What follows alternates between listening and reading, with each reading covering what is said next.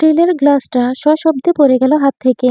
নড়েচড়ে ভীত চোখে তাকালো শেফালির পানে। তারপর পড়ে যাওয়া গ্লাসের দিকে তাকালো। তখনই একটা বিড়াল মেয়াও মেয়াও বলে সামনে দিয়ে দৌড় দিল। ভয়ে আত্মা কেঁপে উঠল নৌশাদের। সে খেয়াল করলো তার গলা শুকিয়ে এসেছে আর ঘামছে। শেফালি বর্তে চোখে তাকিয়ে আছে। উপস্থিত সবাই তার দিকে তাকিয়ে। আফতাব বললেন, শরবতে বিষ? কে বলল তোকে?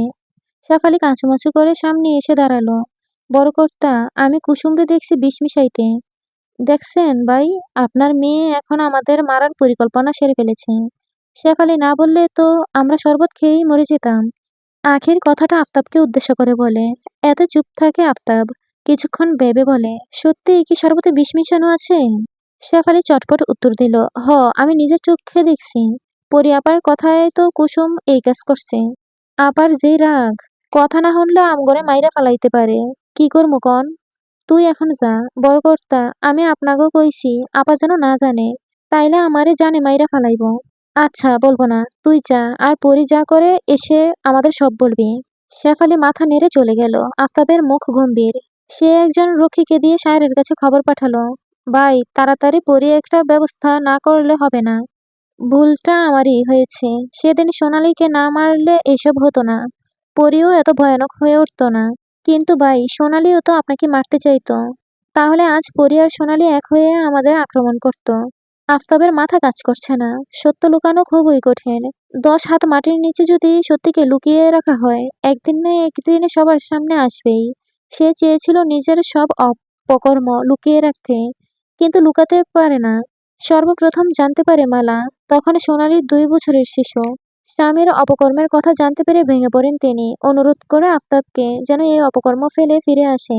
কিন্তু খারাপ মানুষের ভালো হওয়া কি সহজ? যেখানে আফতাবের পূর্বপুরুষদের রক্তে মিশে আছে খারাপ কাজ, আফতাবও পারেনি ফিরে আসতে। তাকে কালো ব্যবসা শিখিয়েছেন তার দাদা। ছোট থেকে হাত ধরে ধরে সব শিখাতেন।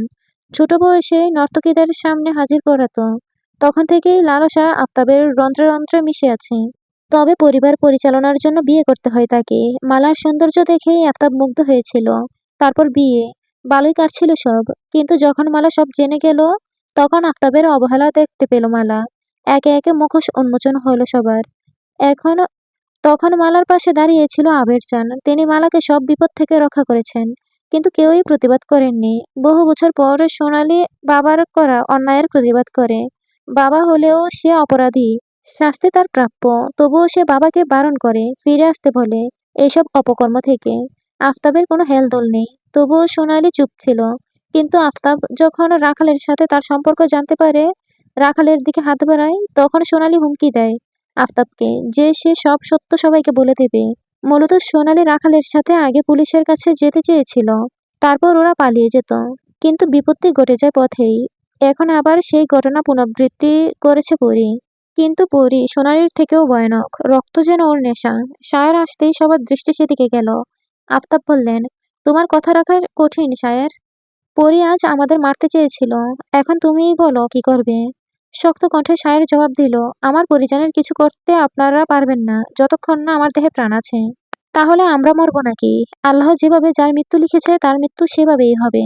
এতে ঘাবড়ানোর কি আছে? নিজেদের রক্ষা করতে শিখুন। তোমার যুক্তি তোমার কাছেই রাখো শায়ের। আমরা আর বসে থাকবো না। দেখি পরীকে তুমি কিভাবে বাঁচাও। আফতাব উঠে চলে গেল। শায়ের কিছু না বলে বৈঠকে নিজের বরাদ্দ ঘরটাতে চলে গেল। তার একটুও ভালো লাগছে না।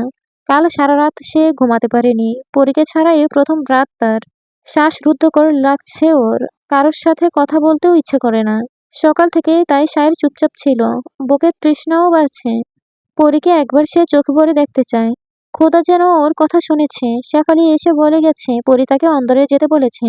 দেরি করে না শায়ের। বহুক্ষণের তৃষ্ণা মেটাতে ছুটে যায় অন্দরে। পরীর ঘরে গিয়ে হাঁপাতে লাগলো সে। শায়েরকে দেখে পরী পালঙ্ক থেকে নেমে পড়ল। সম্মুখীন হলো স্বামীর। এক রাতেই কেমন শুকিয়ে গেছে শায়ের। পরী এটা হঠাৎই আবিষ্কার করে। আলতো করে গালে হাত বুলায় শায়েরের। চোখের পলক ফেলে না শায়ের। পরী বলল, আমার খুব ঘুম পাচ্ছে মালি সাহেব। আপনার বুকে একটু জায়গা দিবেন? কাল রাতে ঘুমাতে পারিনি। করুণ কণ্ঠ পরীর। শায়ের আবারও কাছে এগিয়ে আসে পরীর। আপনি চোখ বন্ধ রাখবেন পরিজান।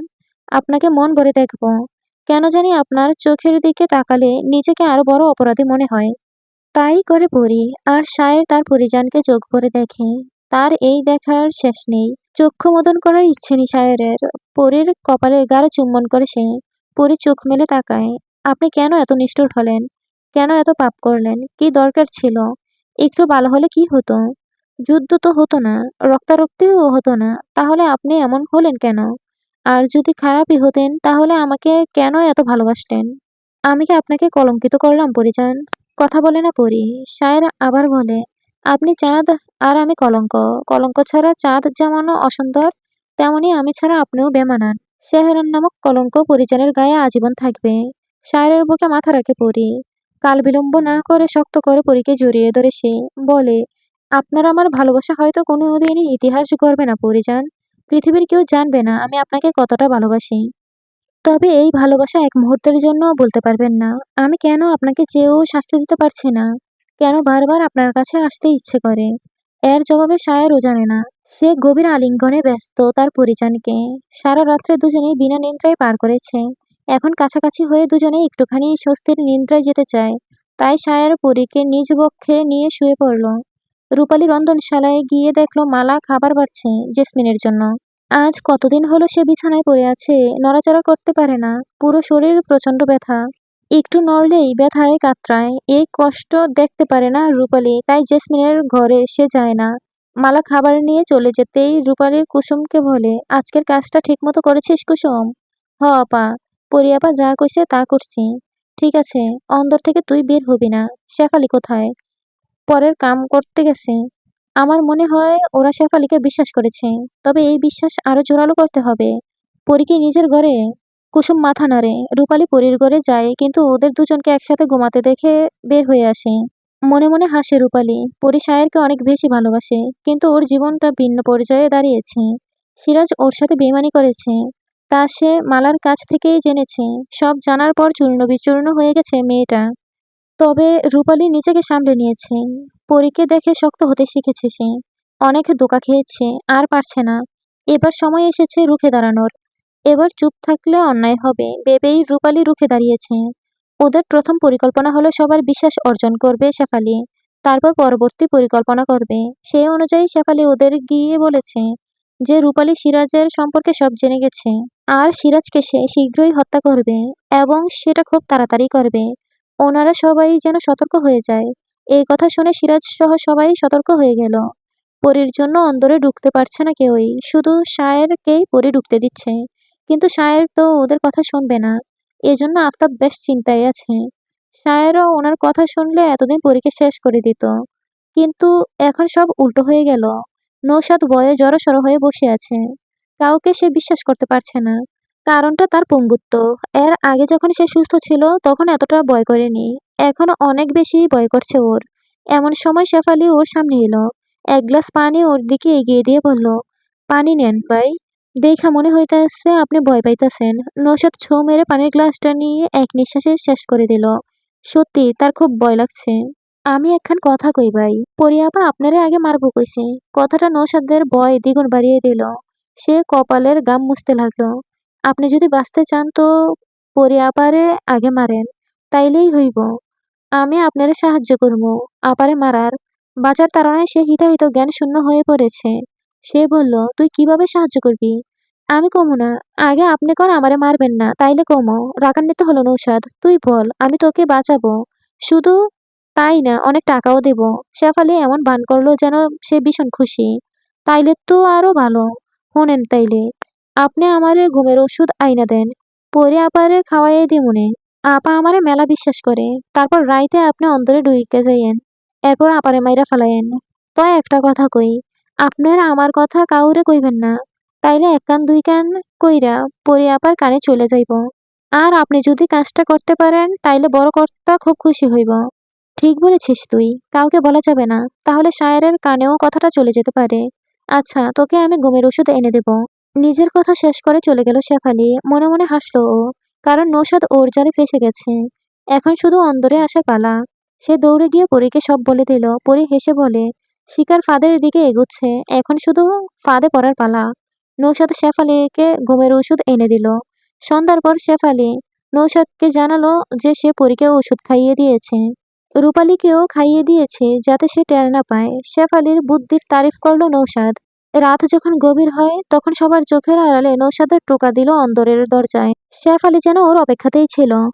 দরজা খুলে তাড়াতাড়ি নৌশাদকে ভেতরে ঢুকালো। নৌশাদ তার লাঠির সাহায্যে দোতলায় উঠতে লাগলো। শেফালি সোনালির ঘরটা দেখিয়ে বলছে ওইখানে পড়ে থাকে। তাই নৌশাদ সেদিকেই যাচ্ছে। শেফালি নৌশাদের যাওয়ার দিকে তাকিয়ে বলে আইস তোর এমন মরণ হইব যা তুই চিন্তাও করস নাই। একজন নারী যোদ্ধার সাজ যেমন হয় ঠিক তেমনই করেই সেজেছে পরি। চোখে গাঢ় কাজলে ডেকে ফেলেছে আর মুখটা কাপড় দিয়ে বেঁধে রেখেছে। আয়নার সামনে দাঁড়িয়ে পরিপাটি করলো নিজেকে। তারপর পালঙ্কের নিচ থেকে দাঁড়ালো সেই তলোয়ারখানা বের করলো। ঘুরিয়ে ফিরিয়ে তা দেখতে লাগলো বারংবার। ঠিক সেই মুহূর্তে কুসুম খবর দিল শিকার চলে এসেছে বাঘিনীর গুহায়। মুচকি হেসে পরি সোনালির ঘরের দিকে পা বাড়ালো। নৌশাদও নিজের খোঁড়া পা নিয়ে আস্তে আস্তে সোনালির ঘরে ঢুকে পড়ল। বিছানায় সে কাউকে শুয়ে থাকতে দেখে নিঃশব্দে হাসে। কণ্ঠ খাদে নামিয়ে বলে বাঁচার জন্য মানুষ কত কিছুই না করে পরি। আমাকে বাঁচতে হলে যে তোমাকে মরতেই হবে। ছুরিটা নিয়ে পালঙ্কের দিকে এগিয়ে এলো নৌশাদ। ইচ্ছে মতো ছুরি চালালো শুয়ে থাকা ব্যক্তির শরীরে। নৌশাদ ভাবছে নিশ্চয়ই পরীর লাশ ক্ষতবিক্ষত হয়ে গেছে। অন্ধকারে কিছুই দেখতে পারছে না সে। সে নিজেই নিজেকে শুধালো রক্তর ছিটকে আসছে না কেন। তুই রক্ত দেখতে চাস? আমি তোকে আজ রক্ত দেখাবো। তোর শরীরের যত রক্ত আছে আজ তুই সব দেখবি। নৌশাদ ফিরে তাকায়। কুসুম হারিকেনের আঁচটা বাড়িয়ে দিতেই পরীর বদনখানা স্পষ্ট হয়ে ওঠে। রক্তিমা কালো স্রোতে টলমলে চোখ দেখে নৌশাদের আত্মা যেন বেরিয়ে গেল। সে চিৎকার দিতে চাইল মুহূর্তেই, কিন্তু ভারী কিছু মাথায় পড়ায় চোখ বন্ধ হয়ে গেল যেন। তবে সম্পূর্ণ জ্ঞান সে হারালো না। মেঝেতে বসে পড়ল সে। আঘাতটা পিছন থেকে রূপালী করেছে। সে এতক্ষণ এই ঘরেই লুকিয়েছিল। নৌশাদ যাকে পরি ভেবে আঘাত করেছে তা বালিশ ছিল, যা চাদরের ঢাকা ছিল। রূপালী রুষ্টচিত্তে কণ্ঠে বলল ওর গলায় আওয়াজ বন্ধ কর কুসুম। তৎক্ষণাৎ শেফালির আগমন ঘটে। সে বলে ওর আওয়াজ আমি বন্ধ করতেছি। নৌশাদ অবাক হয়ে গেল, কিন্তু কথা বলার আগেই কুসুম ওর হাত দুটো মোড়ে কিন্তু কথা বলার আগেই ওর হাত দুটো মোড়া করে ধরে। নিজেকে ছাড়ানোর সেই শক্তিটুকু কেড়ে নিয়েছে রূপালী, তাই নড়তে পারছে না। শেফালি হাতের গামছাটা নৌশাদের মুখে ঢুকানোর চেষ্টা করছে, কিন্তু নৌশাদ মুখে খুলছে না। শেষে উপায়ন্তর না পেয়ে নাক টিপে ধরে। শ্বাস নিতে না পেরে নৌশাদ তাই শ্বাস নেওয়ার জন্য মুখ খুলতেই শেফালি ওর মুখে গামছা ঢুকিয়ে দেয়।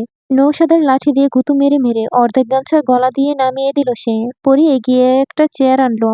ওরা ধরে নৌশাদকে চেয়ারের সাথে পা বেঁধে ফেললো। ছোটাছুটি করছে নৌশাদ, কিন্তু পারছে না। পরি তলোয়ার হাতে নিয়ে নৌশাদের মুখোমুখি বসে। তলোয়ার দেখে ভয়ে নৌশাদের আত্মা যেন বেরিয়ে আসছিল। পরি বলে তোর চোখে আমি ভয় দেখতে পাচ্ছি। আমার এতে খুব আনন্দ হচ্ছে। আরো ভয় পাবি তুই। এত কথা বলিস না পরি, ওকে শেষ করে দে। পরি গার কাত করে নৌশাদের দিকে তাকিয়ে বলল এত সহজে? তাহলে তো আসল মজাটাই মাটি হয়ে যাবে। পরি একটানে নৌশাদের মুখ থেকে গামছাটা বের করে আনলো।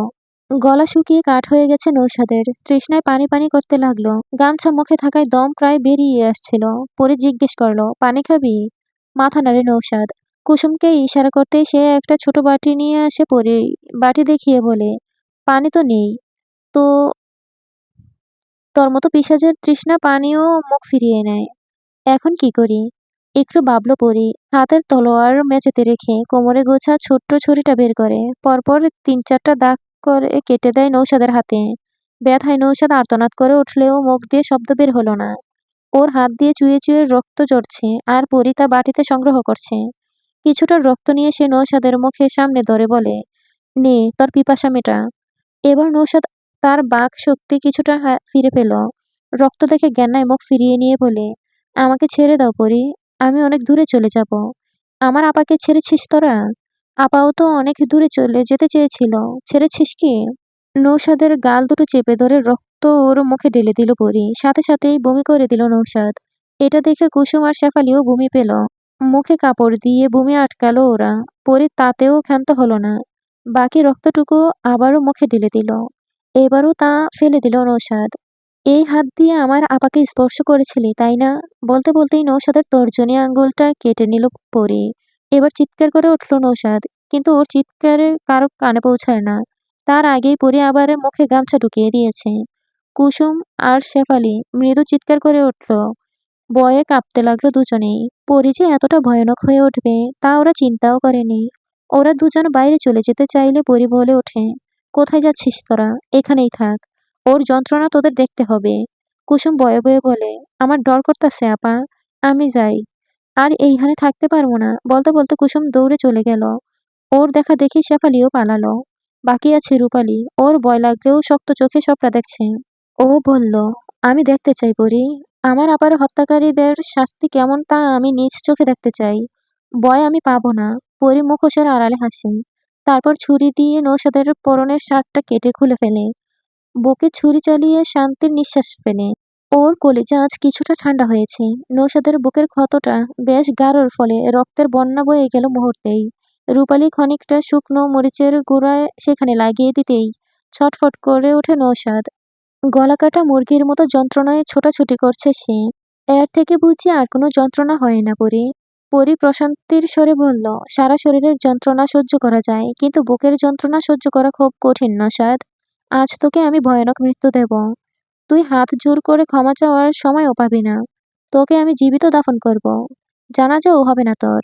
সুশীলের লাশ তো তোরা পেয়েছিলি, কিন্তু তোর লাশ কেউ পাবে না। ব্যথায় ভয়ে কাঁপছে নৌসাদ। শরীরের জ্বলন হলেও নড়ার শক্তি নেই। এরই মধ্যে পরি ওর আরেকটা আঙুল কেটে নিল। এবার আর রূপালী থাকতে পারে না। অনেক সাহস দেখালেও আর সাহসে কুলায় না ওর। তাই ঘর থেকে বেরিয়ে গেল। পরি রূপালীকে বাধা দিল না। তাই শুধু বলে কুসুম আর শেফালি যেন গরম পানি নিয়ে যায়। পরি নৌসাদের দিকে তাকিয়ে বলে, দেখ মৃত্যু যন্ত্রণা কতটা কষ্টের। তুই চিন্তা করিস না। তোর দাফন খুব ভালো করেই হবে। তোকে গোসল করাবো, আগরবাতি জ্বালাবো, গোলাপ জল দেওয়া হবে, কবর খুঁড়া হবে, কিন্তু তোকে 3.5 হাত জায়গা দেওয়া হবে না। তুই তো মানুষের মধ্যেই পড়স না।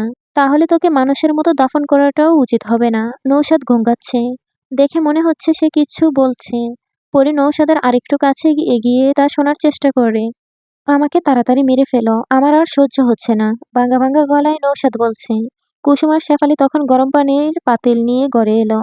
পরি ওদের দেখে বলল, তুই কি নৌসাদের একটা আঙ্গুল কাটবি কুসুম? মুখে না বলে মাথা নেড়ে না বলে কুসুম। বয়সে কাঁপছে এখনো। শেফালিকেও একই কথা জিজ্ঞেস করে পরি, সেও না বলে দেয়। ওদের ভয় দেখাতে পরির ভীষণ ভালো লাগছে। সে বলে, গোসল করানোর পর কিন্তু ওর গায়ে আর হাত দেওয়া যাবে না। না আপা, থাক। আমরা এখন কি করবো? গোসল করা। কুসুম পাতিলের সব পানি নৌসাদের গায়ে ঢেলে দিল। পানি এতটাই গরম ছিল যে সাথে সাথে ফুসকা পড়ে গেল নৌসাদের শরীরে। শেফালি আগরবাতি জ্বালিয়ে ঘরের গোলাপ জল ছিটিয়ে দিল। পরে নাক টেনে গোলাপের জলের সুগন্ধিটা নিল। খুব ভালো লাগছে ওর। ওরা তিনজন ঘর ত্যাগ করে নৌসাদকে একা রেখে দিল। উঠোনের এক কোণে খড়ের গাদা সরিয়ে সেখানে গর্ত করেছে। পরে সাথে যোগ দিল। তিনজন নারী মিলে কবর খুঁড়ছে। কবর বললে ভুল হবে, গর্ত খুঁড়ছে। রূপালী পাশে দাঁড়িয়ে আছে। এমন সময় সেখানে মালা চলে আসে। ওদের গর্ত খুঁড়তে দেখে বলেন, কি করস পরি? সবাই এইখানে কেন? পরি কোদাল ফেলে সোজা হয়ে দাঁড়ালো। লাফ দিয়ে উপরে উঠে এসে বলে, আপনি ঘরে যান আম্মা। পিকুলের কাছে যান। নৌসাদরে ধরে আনছস, তাই না? হুম। তোর বাপ জানি এইসব জানতে না পারে, তাইলে কিন্তু হ্যাঁ খারাপ কিছু করব। পরি অবাক হলো মায়ের কথায়। সে বুঝতে পারলো মালা ওকে সমর্থন করছে। মালা এতদিনে এটা বেশ বুঝেছে যে সে যতই বলুক না কেন, পরি তার সিদ্ধান্ত বদলাবে না। এখন মালা সাবধান করা ছাড়া আর কিছুই করতে পারবে না। তাই মালা চলে গেল। মাটি মেখে তিনজন বড় একটা গর্ত করে তারপর সোনালির ঘরে যায়। পরি নৌসাদকে ভালো করে দেখে, এখনো বেঁচে আছে। শরীরের অনেক রক্ত বের হয়েছে, যার ফলে নেতিয়ে পড়েছে। ওর প্রতিটি নিঃশ্বাস এখনো শেষ নিঃশ্বাসের প্রহর গুনছে। বড় একটা চাদরে শুইয়ে সেটা ধরে চারজন মিলে নৌসাদকে গর্তের কাছে নিয়ে এলো। নৌসাদ তখনও নিবু নিবু দৃষ্টিতে ওদের দেখছে আর মনে মনে প্রাণ ভিক্ষা চাইছে। তারপর জীবিত পুঁতে ফেললো নৌসাদকে। মাটির নিচে শ্বাস নেওয়া যায় না, সেখানে অক্সিজেনও পৌঁছায় না। কাজ শেষ করে পরি কলপারের দিকে এগোয়। মধ্যপ্রহরে কিছুটা সময় পর যখন পুরো গ্রাম ঘুমানো, এমনকি ঝিঁঝি পোকাগুলোও ঘুমিয়ে পড়েছে, তখন শুধু আকাশের চাঁদখানা জেগে আছে। পুরো গ্রামটাতে নজর বুলাচ্ছে। তবে কিছু না দেখলেও নৌসাদের শেষ পরিণতি গাছের ফাঁক দিয়ে ঠিকই দেখছে। সম্পূর্ণ কালো রঙের শাড়ি গায়ে জড়িয়েছে পরি। গোসল করে শরীর মুছেনি, এমনকি মাথাও না।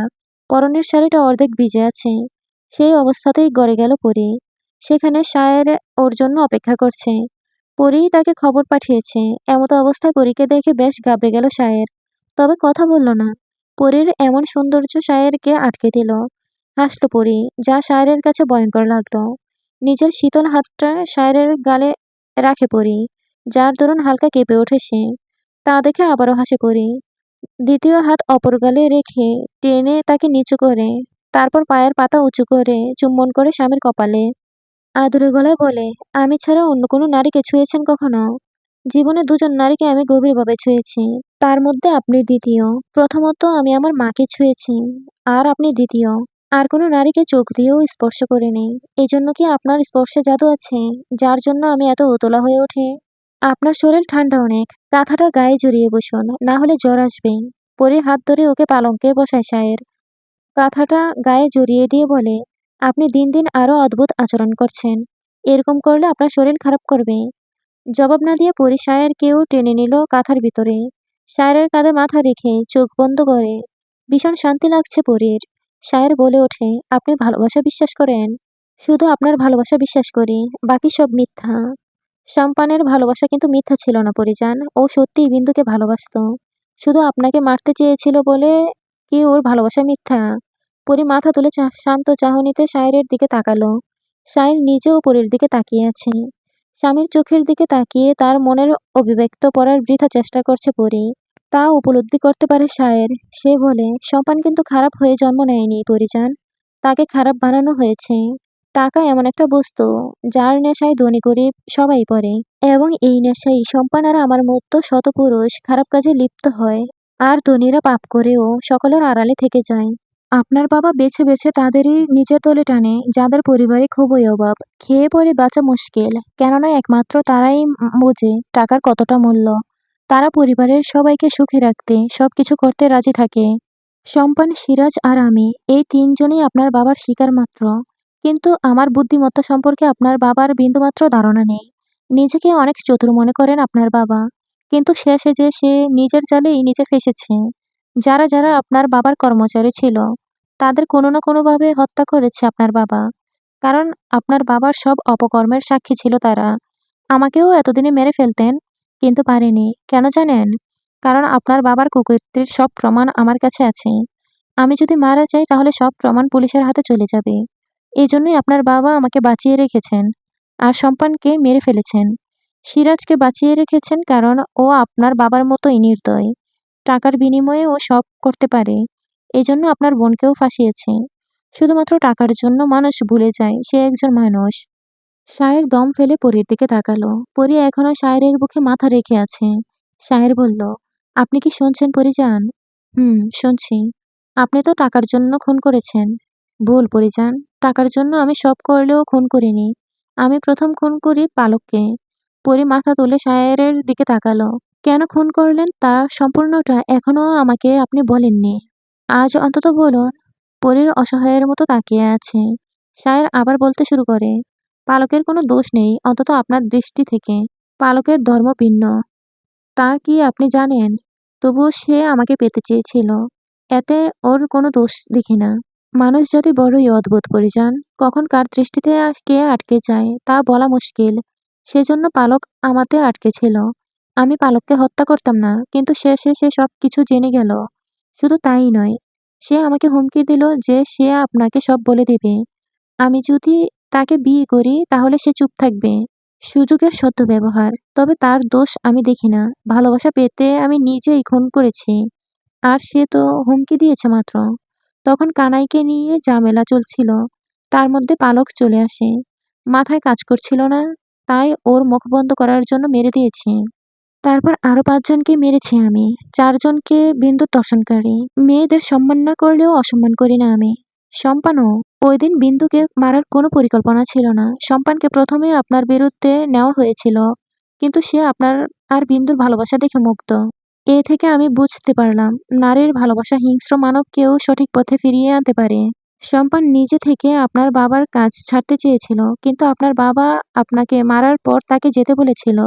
কিন্তু সম্পান তা নাকচ করে দেয়। তারপর বিন্দুকে মারার হুমকি দেন আপনার বাবা। নিজের ভালোবাসা বাঁচাতে সম্পান আমার ভালোবাসা কেড়ে নিতে চাইল। কিন্তু সে জানতো আমি আপনাকে ভালোবাসি। আমাকে পরিকল্পনা করেই যাত্রা দেখাতে পাঠানো হয় যাতে আমি কিছু না জানতে পারি।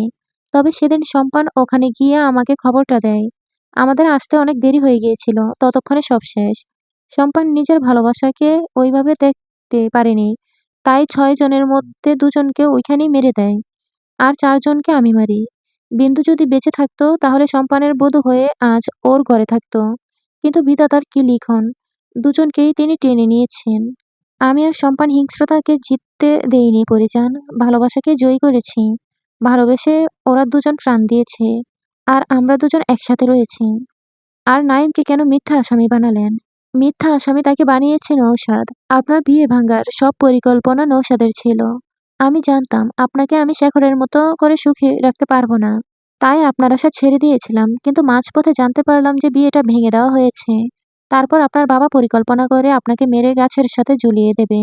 আর গ্রামের লোকেরা ভাববে বিয়ে ভাঙার কষ্টে আপনি আত্মহত্যা করেছেন।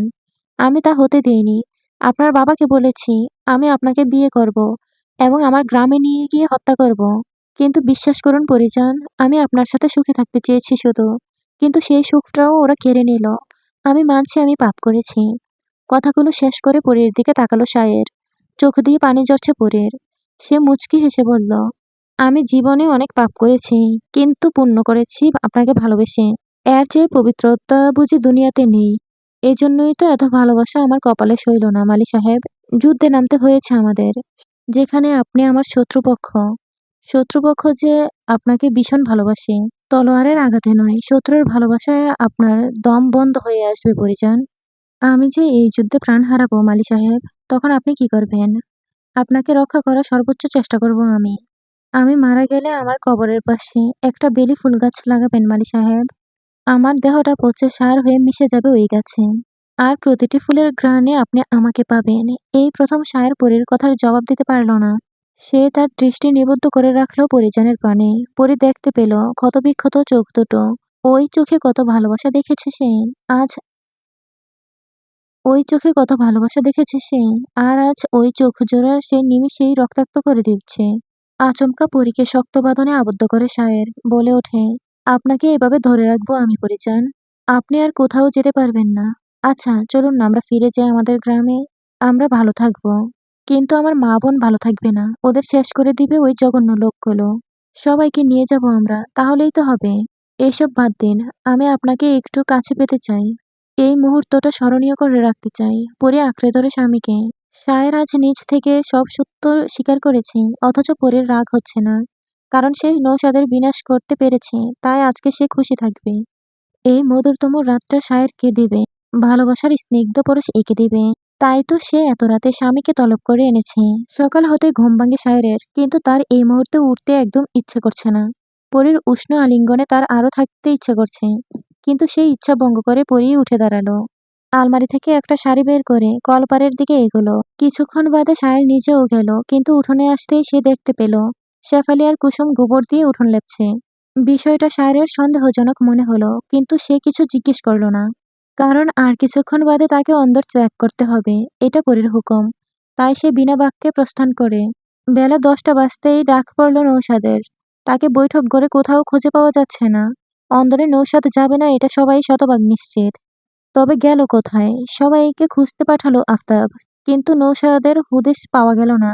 আখির তাতে ক্ষেপে গিয়ে বলে, নিশ্চয়ই পরী কিছু করেছে ভাই, সেই নৌসাদকে ঘুম করেছে। না হলে রাতারাতি ছেলেটা উধাও হয় কিভাবে? সত্যিই যদি পরী কিছু করে থাকে তাহলে ওর আজকে শেষ দিন। শায়েরের কোনো কথাই আমি শুনবো না, এতে যা হয় হোক। আফতাব তার দলবল নিয়ে অন্দরের দিকে পা বাড়ায়, কিন্তু দরজা পর্যন্ত যেতেই শায়ের বাধা হয়ে দাঁড়ায়। আফতাব বিক্ষিপ্ত কণ্ঠে বলে, সামনে থেকে সরে যাও শায়ের। আজ পরী বাঁচবে না, তুমি যা ইচ্ছে করতে পারো। পরিজান কিছু করেনি, সে জানে না নৌসাদ কোথায়। তুমি এতটা নিশ্চিত হলে কিভাবে?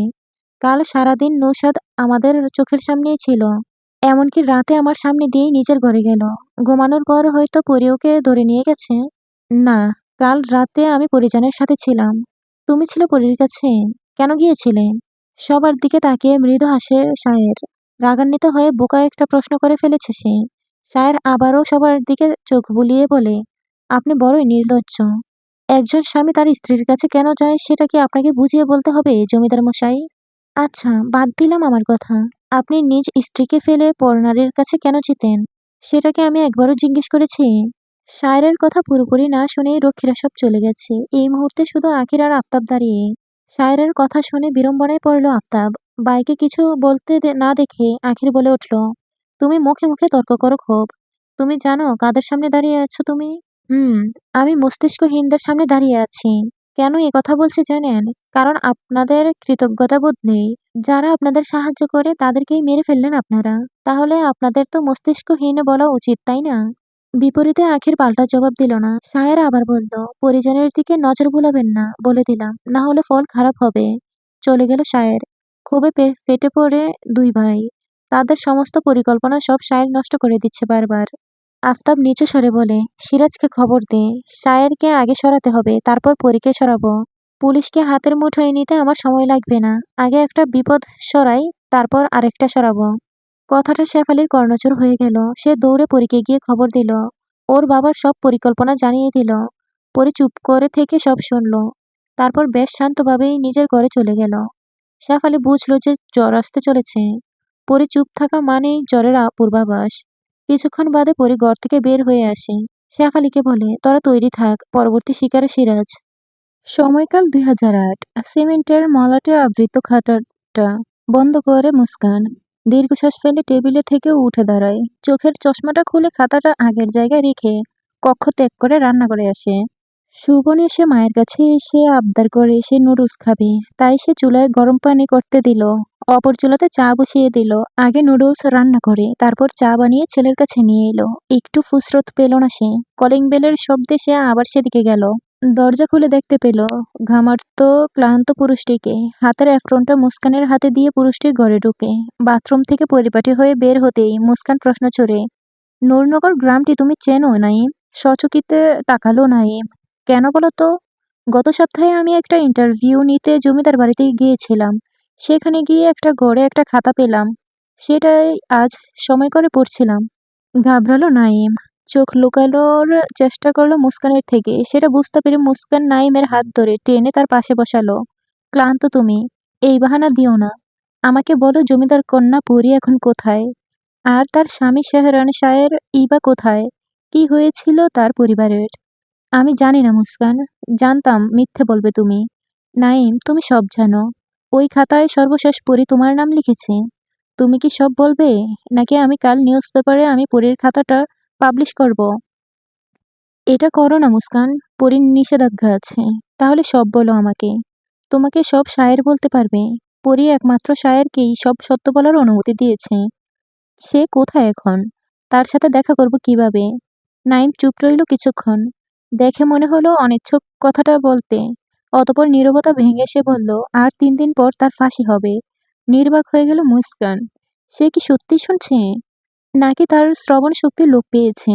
3 দিন পর শায়েরের ফাঁসি। এত কিছু কিভাবে হলো? এর মধ্যে হয়তো কোনো সত্য লুকানো আছে। সে জিজ্ঞেস করে, কি বলছো তুমি নাইম? সত্যিই তার ফাঁসি? কিন্তু কেন?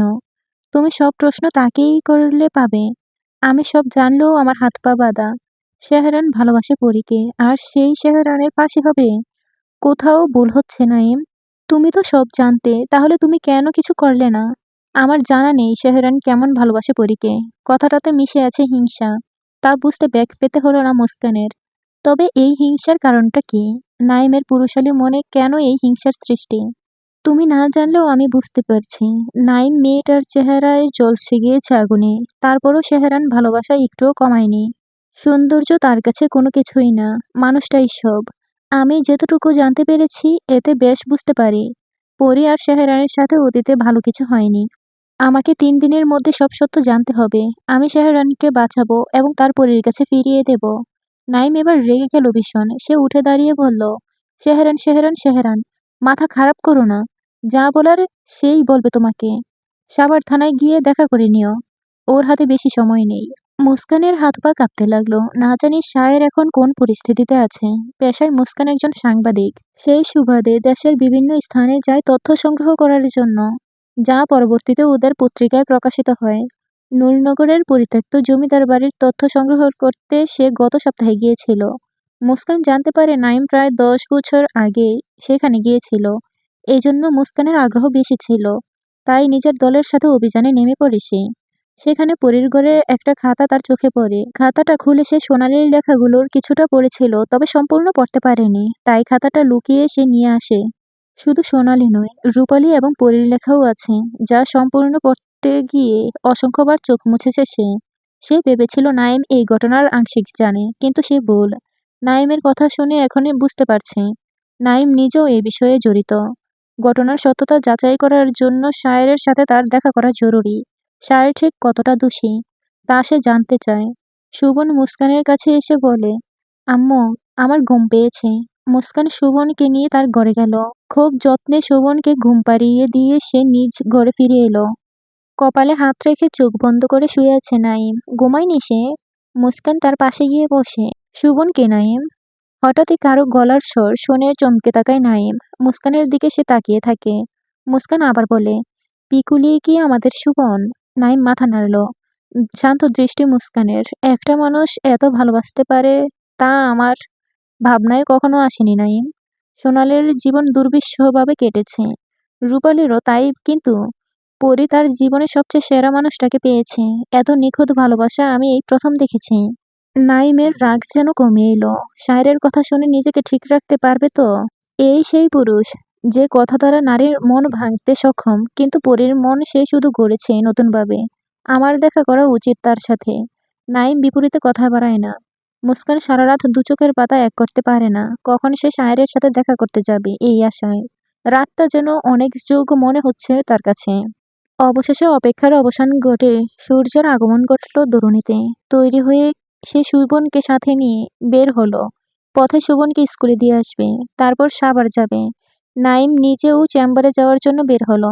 মুস্কানকে দেখে সে বলল, শেহরানকে তোমার পরিচয় দিও, না হলে কিন্তু তোমাকে সে কিছুই বলবে না। কথা শেষ করে নাইম চলে গেল। মুস্কান শোভনকে স্কুলে দিয়ে সাভারের উদ্দেশ্যে রওনা হলো। এই সকালে রাস্তায় জ্যাম, কর্মজীবীরা নিজ নিজ কর্মে বেরিয়ে পড়েছে। রোদের তাপে ঘেমে একাকার হয়ে সাভার থানায় পৌঁছালো সে। একজন কনস্টেবলকে ডেকে জিজ্ঞেস করলো শায়েরের কথা। অপেক্ষা করতে বলে কনস্টেবল চলে গেল ভেতরে। মুস্কান বসে রইল। বেশ কিছুক্ষণ পর তার ডাক পড়ল। নিঃশব্দে সে অফিসের কেবিনে প্রবেশ করলো। মুস্কান বুঝতে পারে অফিসারের নাম নুরুজ্জামান শেখ। নেম প্লেট দেখে বুঝল সে।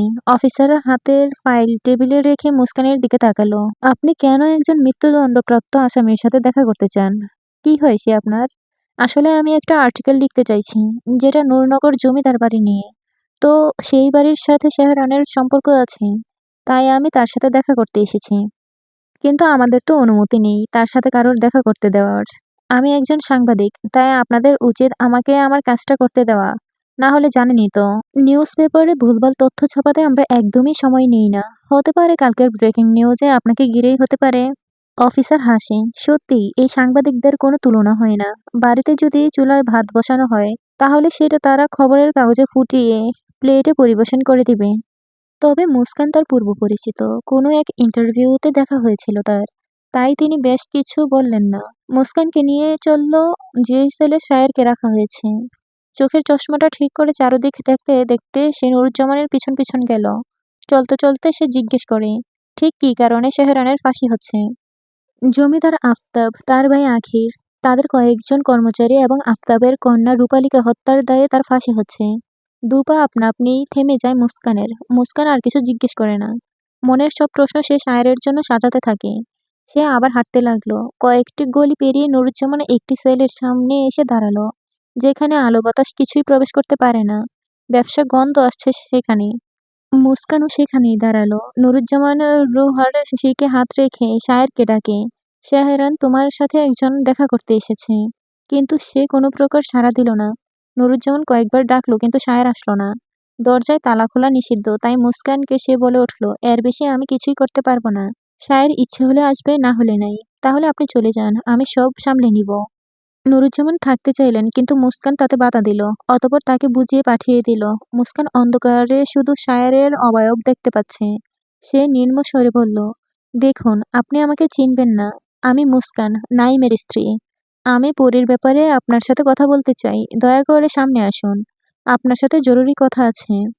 এবারও আশানুরূপ কোনো জবাব পেল না। হতাশ হয়ে মুস্কান দাঁড়িয়ে রইল। কিছুক্ষণ পর লোহার শিকল টানার শব্দ পেল সে। দেখার চেষ্টা করলো ভিতরের দৃশ্য। শায়ের এগিয়ে এসে শিকে হাত রাখলো। মুস্কান অবাক চোখে শায়েরকে দেখে। এটা সেই প্রেমিক পুরুষ যে তার ভালোবাসার জন্য পুরো দুনিয়ার বিরুদ্ধে যেতে প্রস্তুত। পুরো পৃথিবীকে পায়ে ঠেলে সে পরীর সামনে হাজির থাকে, যার কাছে পরীর সৌন্দর্যের থেকেও পরী ঊর্ধ্বে। মুস্কান ভাবতেও পারেনি সে এই পুরুষটির সামনে আসবে, তাও এত তাড়াতাড়ি। পরীর খাতায় লেখা তার মালি সাহেবের বর্ণনা মনে পড়ল মুস্কানের। সেই মায়াময় চেহারা, সুদীর্ঘ পল্লব বিশিষ্ট আঁখিযুগল যা সুরমা দ্বারা এখনও বেষ্টিত। সুদীর্ঘ পল্লব বিশিষ্ট আঁখিযুগল যা সুরমা দ্বারা এখনও বেষ্টিত। মুস্কান কিছুক্ষণ অপলক দৃষ্টিতে দেখতে লাগে শায়েরকে। লোহার শিকল দিয়ে আবৃত দেহখানা ধুলোবালিতে পরিবেষ্টিত, চুলগুলো উস্কো খুস্কো, মুখ ভর্তি দাড়ি, অদ্ভুত প্রাণীর মতো দেখাচ্ছে তাকে। শায়ের মুস্কানকে বলে, ডাক্তারবাবুর স্ত্রী বলেই আপনাকে একটুখানি দর্শন দিলাম, তবে এখন আপনি আসতে পারেন। মুস্কান বাধা দিয়ে বলে, দয়া করে যাবেন না, আমি পরীর খাতায় ওর লেখা পড়েছি। সবকিছু সেখানে লেখা নেই, সম্পূর্ণটা আপনিই ভালো বলতে পারবেন। আমি জানতে চাই মুখ আগুনে ঝলসানোর পর কি হয়েছিল পরীর সাথে। পরিজানের খাতা আপনার কাছে? মুস্কান শায়েরের প্রশ্নের জবাব না দিয়ে বলে, শেহরান শায়ের, পরীর মালি সাহেব। কিন্তু শেহরানের পরিজান, সে কোথায় এখন? তার মালি সাহেবের এই অবস্থায় সে আসবে না। মৃদু হাসে শায়ের। মুস্কান সেই হাসির মর্মতা বুঝতে পারে না। এতক্ষণ চুপ থেকে শায়েরের মুখ খুলে, পরিজানের ব্যাপারে কতটুকু জানেন আপনি? তাহলে সে কেন আপনার কাছে আসলো না? সে তো আমার কাছেই আছে, আমার অস্তিত্বে মিশে আছে সে। স্বয়ং আল্লাহও চায় না আমাকে পরিজানের থেকে আলাদা করতে। দুনিয়াতে এই তো আপনারা আলাদা রয়েছেন, এখন তো আপনার কাছে পরি নেই। আবারও হাসে শায়ের। তবে তার এবারের হাসির প্রখরতা অনেক। সে বলে, হাসছেন কেন? আমরা দুনিয়াতে আলাদা নই, আমাদের দুনিয়াই আলাদা। নড়ে দাঁড়ালো মুস্কান। পরি ঠিকই বলেছে, এই পুরুষটির সাথে কথায় হার মানতে হবে। মানুষকে কথার জালে আটকাতে সে পারে। কেমন দুনিয়াতে আছেন আপনারা? একটা ছোট্ট দুনিয়া, যেখানে নেই বিশাল সাম্রাজ্য, নেই কোনো হিংস্রতা, যেখানে হবে না কোনো যুদ্ধ রক্তারক্তি। থাকবে শুধু শেহরান আর পরিজানের ভালোবাসার সংসার। ছোট্ট একটা কুঠির থাকবে সেখানে। দিন শেষে ফিরে পরিজানের দর্শন পাবো আমি। একটা পবিত্র মুখের দর্শনের আশায় আমি যে সবসময় ছটফট করি। আমরা এখন যে দুনিয়ায় বসবাস করছি তা এখন বারবার অপবিত্র হচ্ছে, সামনে আরও হবে। শুধু আমার পরিজনের দুনিয়া পবিত্র, তাহলে বুঝেন আমাদের দুনিয়া কেমন আলাদা। অন্ধকার কুঠুরির সামনে মেঝেতে বসে আছে মুস্কান, তার দৃষ্টি শেকলে বন্দি পুরুষটির দিকে। ধুলোবালি তার গায়ে মাখছে, তবুও তার হুঁশ নেই। সেই শায়েরের দিকে বিস্মিত নয়নে তাকিয়ে আছে। শায়েরের মুখটা দেখে বোঝা যাচ্ছে না আদৌ সে সব বলবে কিনা। মুস্কান নিচু গলায় জিজ্ঞেস করে, আপনি পরীকে খুব ভালোবাসতেন তাই না? সেই ভালোবাসার সাথে কি এমন হয়েছিল? আপনি কি খুনগুলো সত্যিই করেছেন?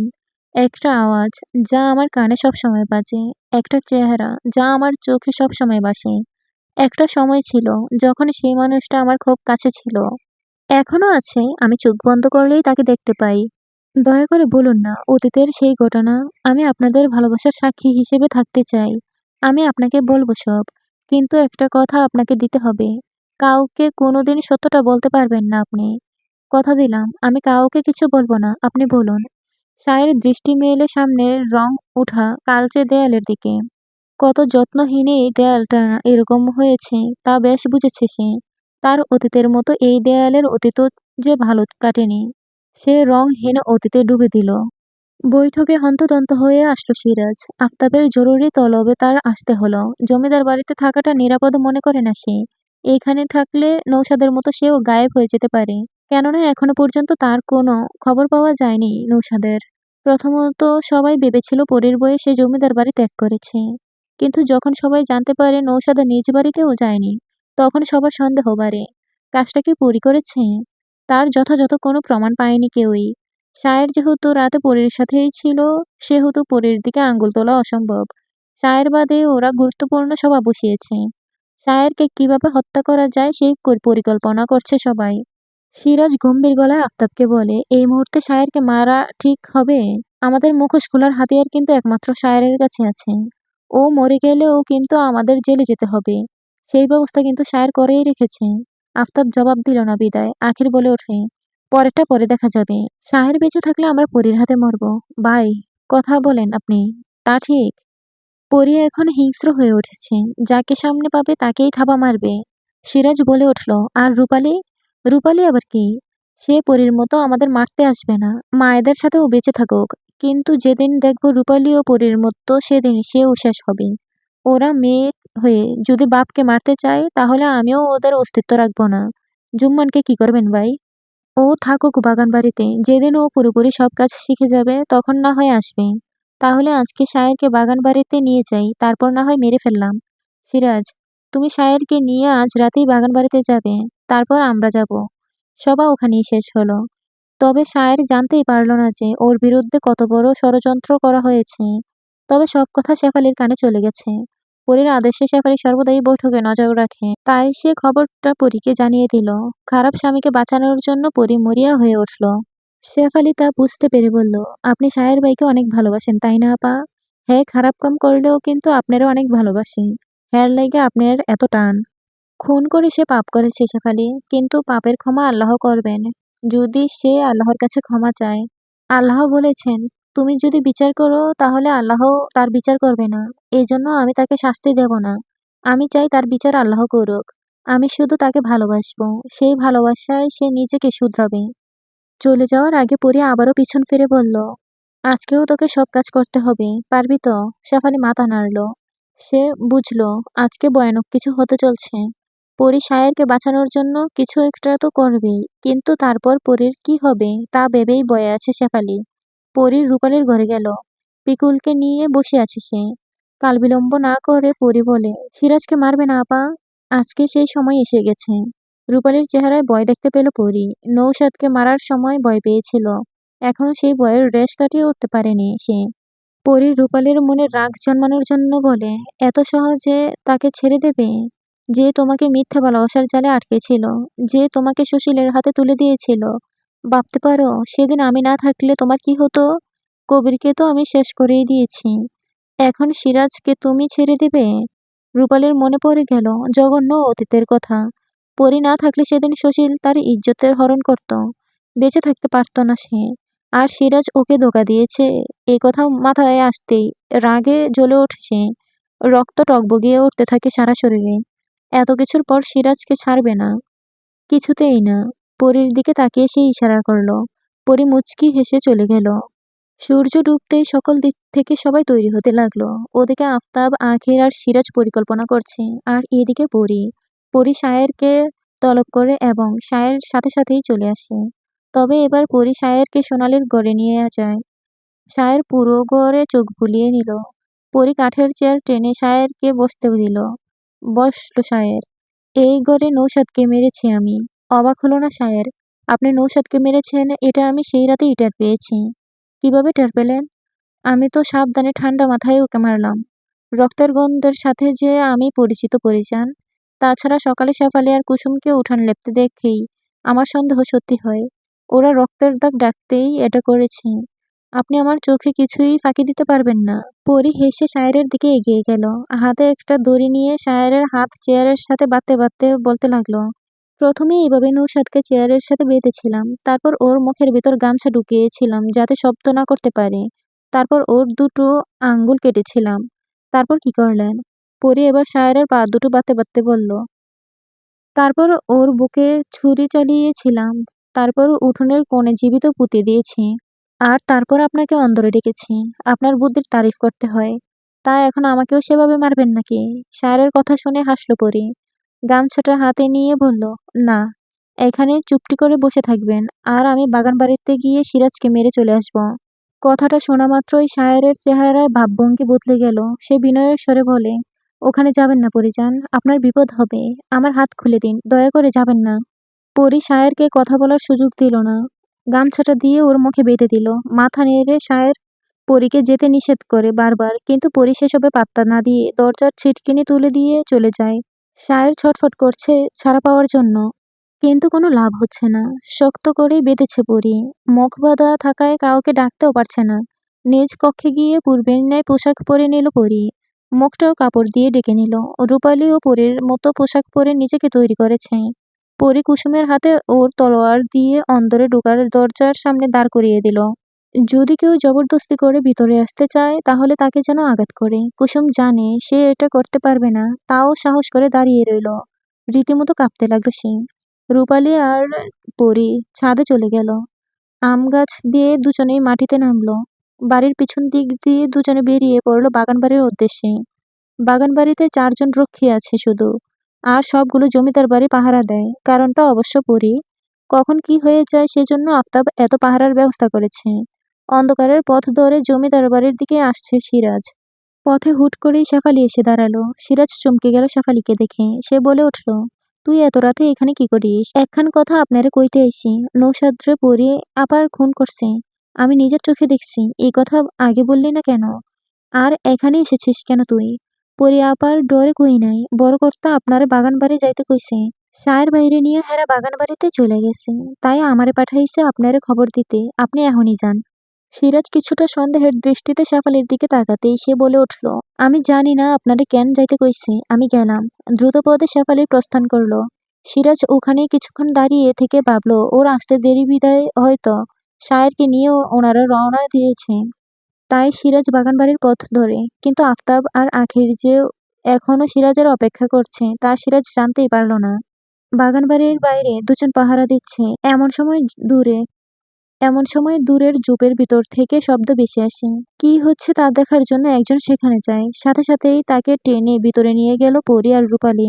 মাথায় আঘাত করে জ্ঞানহীন করে দেয় এবং দড়ি দিয়ে বেঁধে দেয়। দ্বিতীয় জন প্রথম জনের খোঁজে যেতে তাকেও একই অবস্থা করে ফেলে রাখে। তারপর দুজনে একসাথে বাড়ির ভেতরে ঢুকে।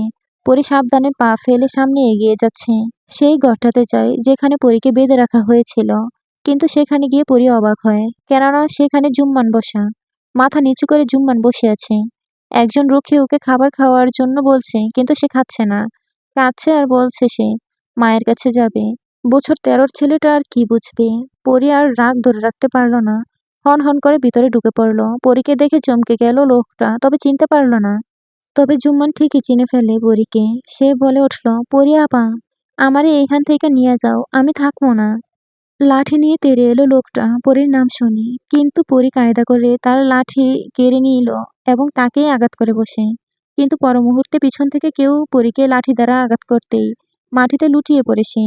তাকিয়ে দেখে রক্ষী এসে পড়েছে। সে আবারও পরীকে মারতে যাওয়ার আগেই তার রক্ত ছিটকে এসে পরীর মুখে পড়ে। কারণ রূপালী তাকে আঘাত করে বসেছে। বড় একটা ছুরি লোকটার পিঠে গেঁথে দিয়েছে।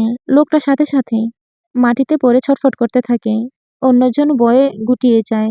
বুদ্ধি করে ওরা 4 জনকে কাবু করে ফেলেছে। এখন শুধু সিরাজের আসার পালা।